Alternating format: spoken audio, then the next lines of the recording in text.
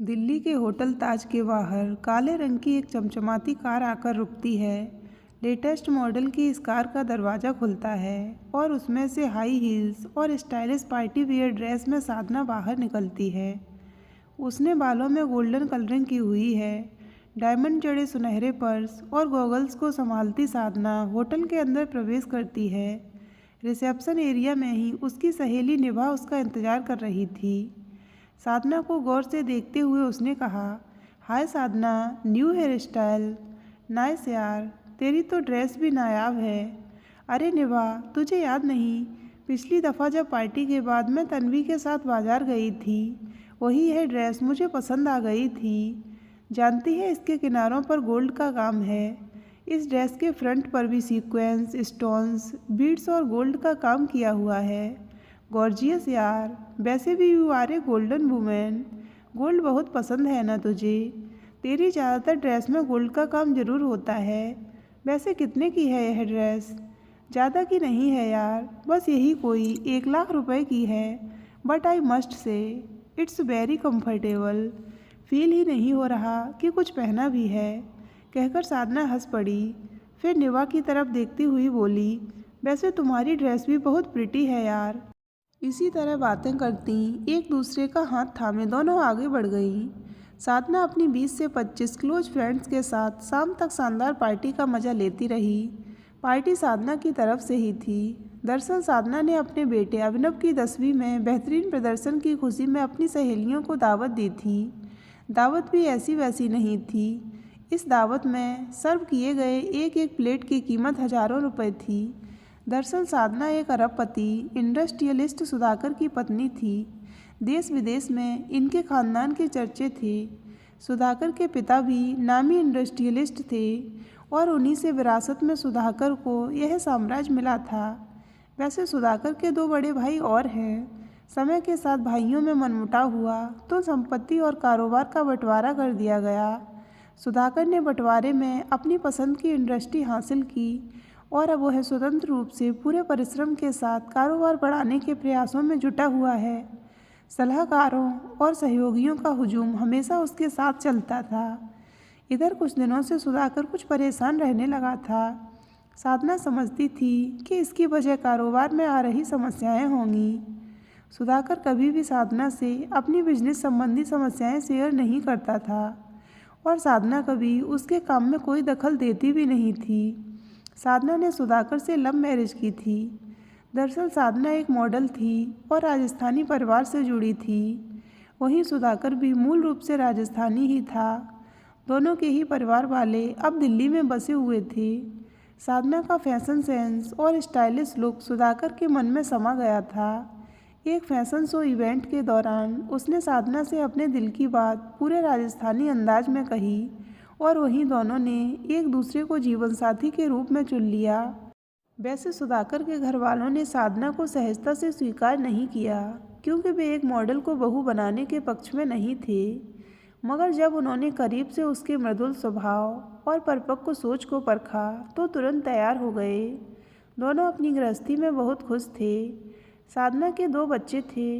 पहला बेटा अभिनव था जो 10वीं पास कर चुका था, जबकि बेटी अभी छोटी थी।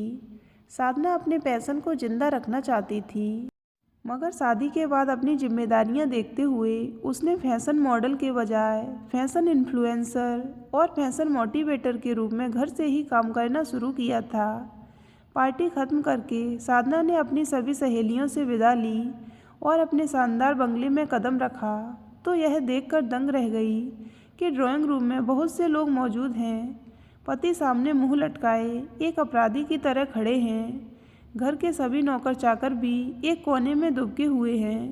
घबराते हुए साधना अंदर दाखिल हुई और पति के पास जाती हुई बोली, क्या हुआ सुधाकर, और ये लोग कौन हैं? सुधाकर टूट गया और साधना के कंधे पर सिर रखकर रोता हुआ बोला, सब खत्म हो गया साधना, हम कंगाल हो गए। ये बैंक वाले हैं और अपनी लोन की रकम उगाहने के लिए आए हैं। ये हमारे मकान और गाड़ियों पर कब्जा लेने के लिए खड़े हैं। साधना सन्न रह गई मगर पति को दिलासा देती हुई बोली, परेशान मत हो सुधाकर, सब ठीक हो जाएगा। मैं भी अब तक यही तो सोचता रहा कि सब ठीक हो जाएगा।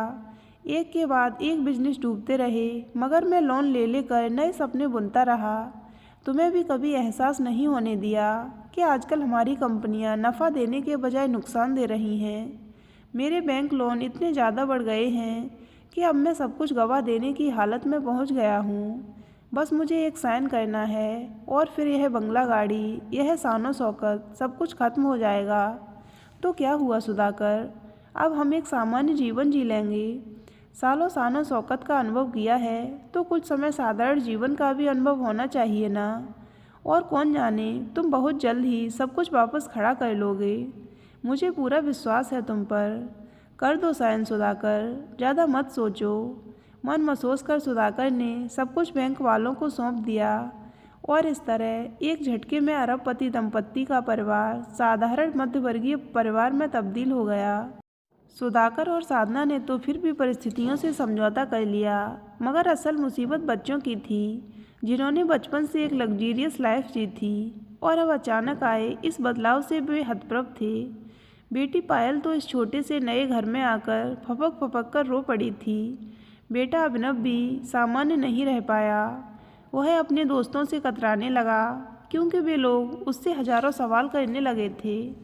साधना खुद भी अंदर से बहुत परेशान थी, मगर उसे पति और बच्चों को इस सदमे से उबारना था। साधना ने पहले अपने मन को समझाया और फिर शांत मन से बच्चों को समझाने में जुट गई। बेटी को अपने पास बैठाकर साधना ने पूछा, आप क्यों रो रहे हो?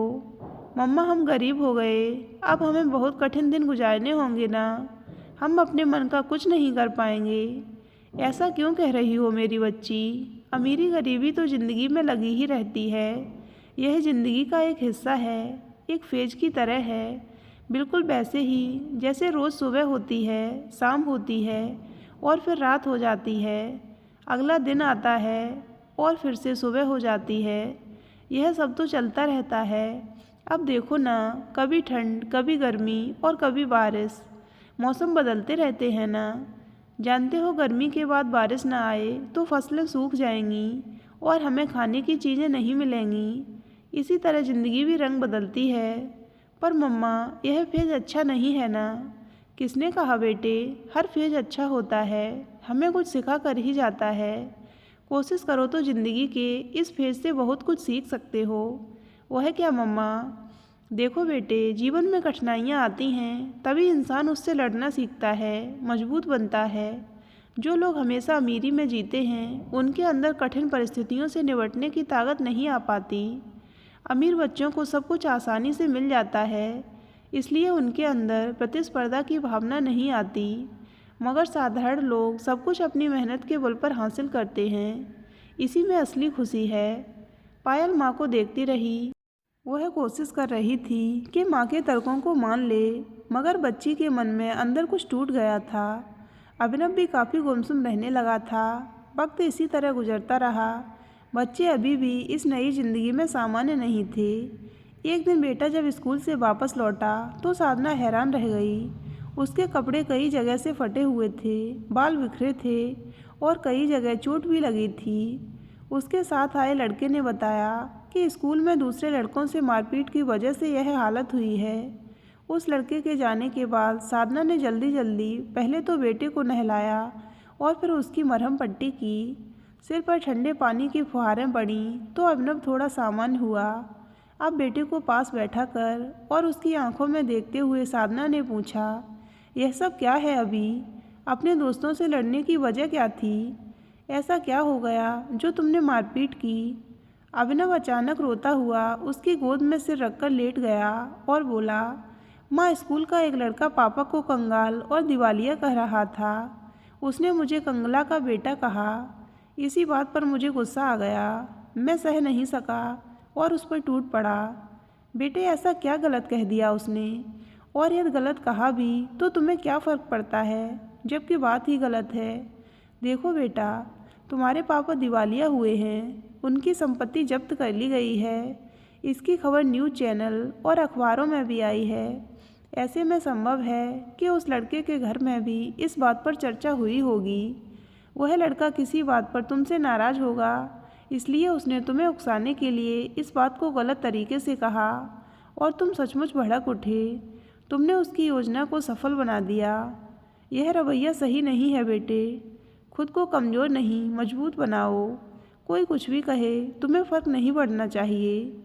पर मॉम, वह सबके सामने ऐसी बातें कर रहा था, तुम्हें भला क्या करता? चुपचाप आगे बढ़ जाता। या तो चुपचाप आगे बढ़ जाते या फिर मुस्कुरा कर कहते कि डोंट वरी, हम फिर से पहले जैसे बन जाएंगे।